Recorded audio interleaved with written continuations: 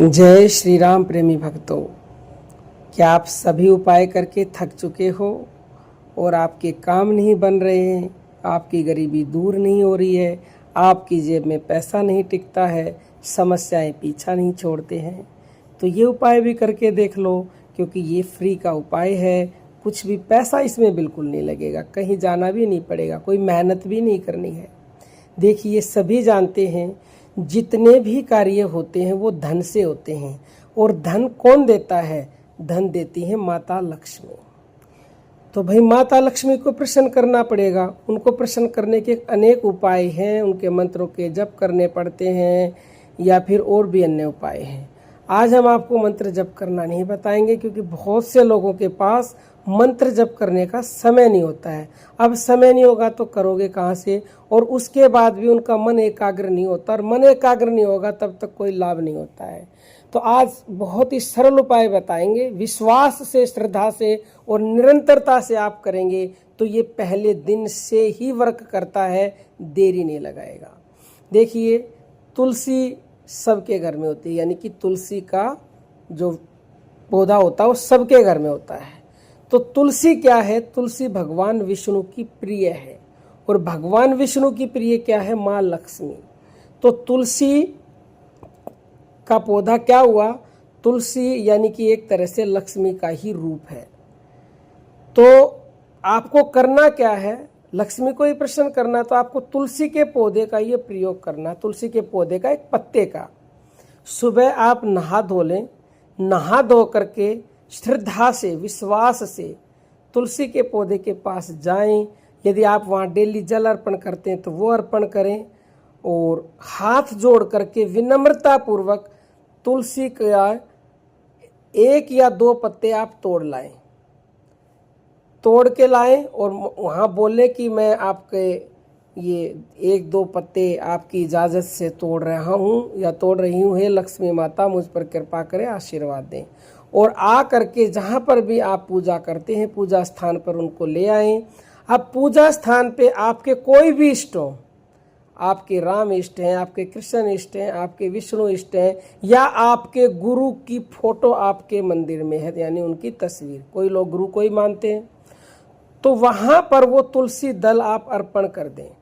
Photo के आगे अर्पण करके, और दिया जलाना चाहते हैं दिया जलाएं, और उसके बाद आप बिल्कुल सीधे बैठ जाइए, पूरे भाव से डूब जाइए भाव में, और ऐसा डूब जाइए कि बस आपके मन में कोई विचार नहीं हो। 11 बार, 21 बार पहले अपनी लंबी गहरी श्वासों का ध्यान करें, ताकि आपका मन संसार से हट जाए। उसके बाद फिर आपको प्रार्थना करनी है अपने जो भी आपके इष्ट हैं या आपके गुरु हैं उनसे, कि हे गुरुदेव भगवान, जो मैंने आपके चरणों में ये तुलसी दल अर्पण किया है प्रभु, ये साक्षात इसमें माता लक्ष्मी विराजमान है।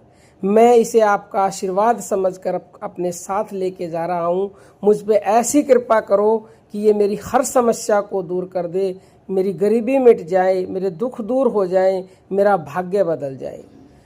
मतलब जो भी आप चाहते हैं वो प्रार्थना में सारी बातें आप बोल सकते हो, और पूर्ण विश्वास के साथ कि ये मेरी जेब में जो मैं ये रखूँगा, ये एक तरह से मेरा कवच है। लक्ष्मी माता मेरे साथ है, मेरे गुरु का आशीर्वाद मेरे साथ है।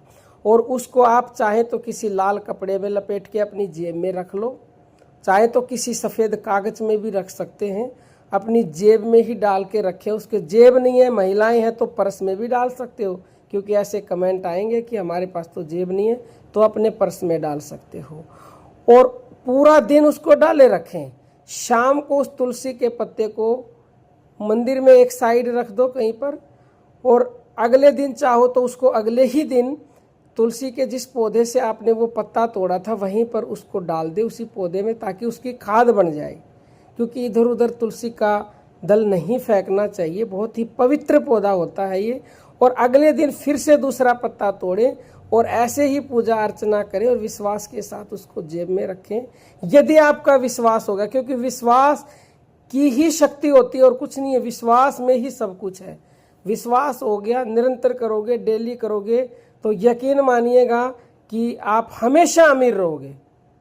क्योंकि अमीर वही रहता है जिसकी जेब में साक्षात माता लक्ष्मी विराजमान हो, और आप माता लक्ष्मी समझ के उस पत्ते को अपनी जेब में डेली रख रहे हो, पूर्ण विश्वास से रख रहे हो, तो आपके जीवन में धन आगमन के नए नए रास्ते खुलते चले जाएंगे। आपके बिगड़े काम बनने लग जाएंगे, जो काम रुके हुए थे वो भी बनेंगे, आपकी तमाम समस्याएं दूर हो जाएंगी। देखिए, कहने से कुछ नहीं होगा, आपसे रिक्वेस्ट है, हम्बल रिक्वेस्ट कर रहे हैं, ये उपाय आप करके देखना और आपको लाभ हो तो हमारे साथ शेयर जरूर कीजिएगा। अब हम अपनी वाणी को विराम देते हैं। जय जय श्री राम।